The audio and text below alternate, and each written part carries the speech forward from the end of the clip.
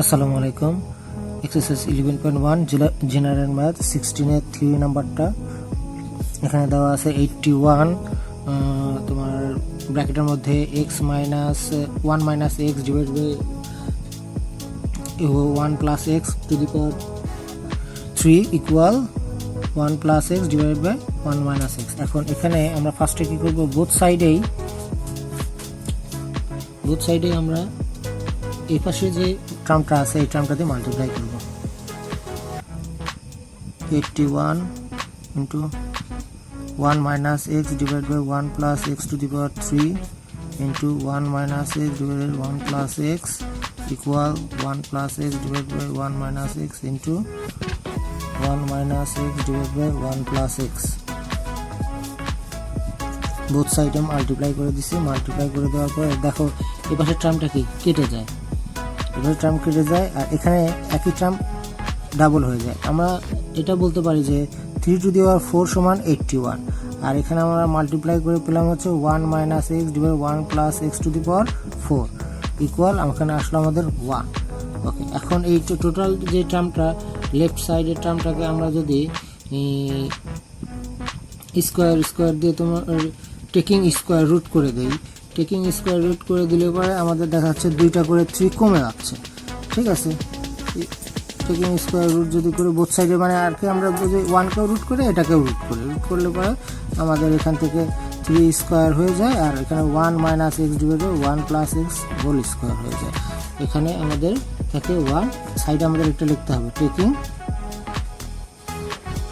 Square root. ঠিক আছে, এখন এই 2 স্কোয়ারটাকে আমরা এই পাশে যদি দিয়ে দিই তাহলে এই পাশে থাকতেছে যে 3 bracket 1 minus x 1 plus x equal plus minus 1, কারণ কি এই স্কোয়ারটা এই পাশে এসে রুট হয়ে যাচ্ছে।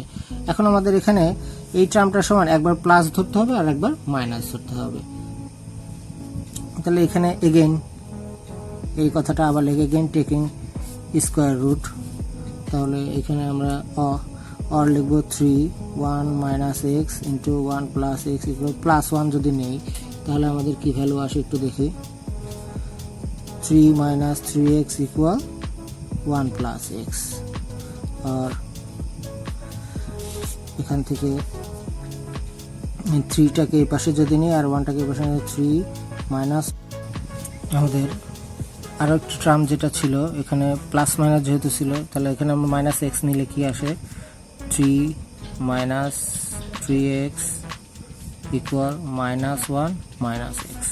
ওকে, তাহলে এখন আমরা কি করব, এই 3x এখানে ছিল মাইনাস 3x প্লাস এক্স এই পাশে নিয়ে আসলাম মাইনাস 1 মাইনাস 3, এখানে আসলো মাইনাস 2x, এখানে হলো মাইনাস 4, তাহলে x equal minus 4 divided by minus 2, so x equal আসলো আমাদের 2।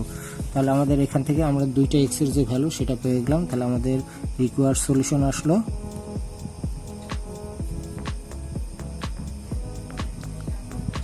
সলিউশন x ইকুয়াল হাফ আর 2। এই একটা অ্যান্সার, এই একটা অ্যান্সার। ঠিক আছে, আশা করি বুঝতে পেরেছো। সহজ একটা ম্যাথ। কোনো কোশ্চেন থাকলে অবশ্যই আমাকে কমেন্টসে জানাবে। ধন্যবাদ সবাইকে।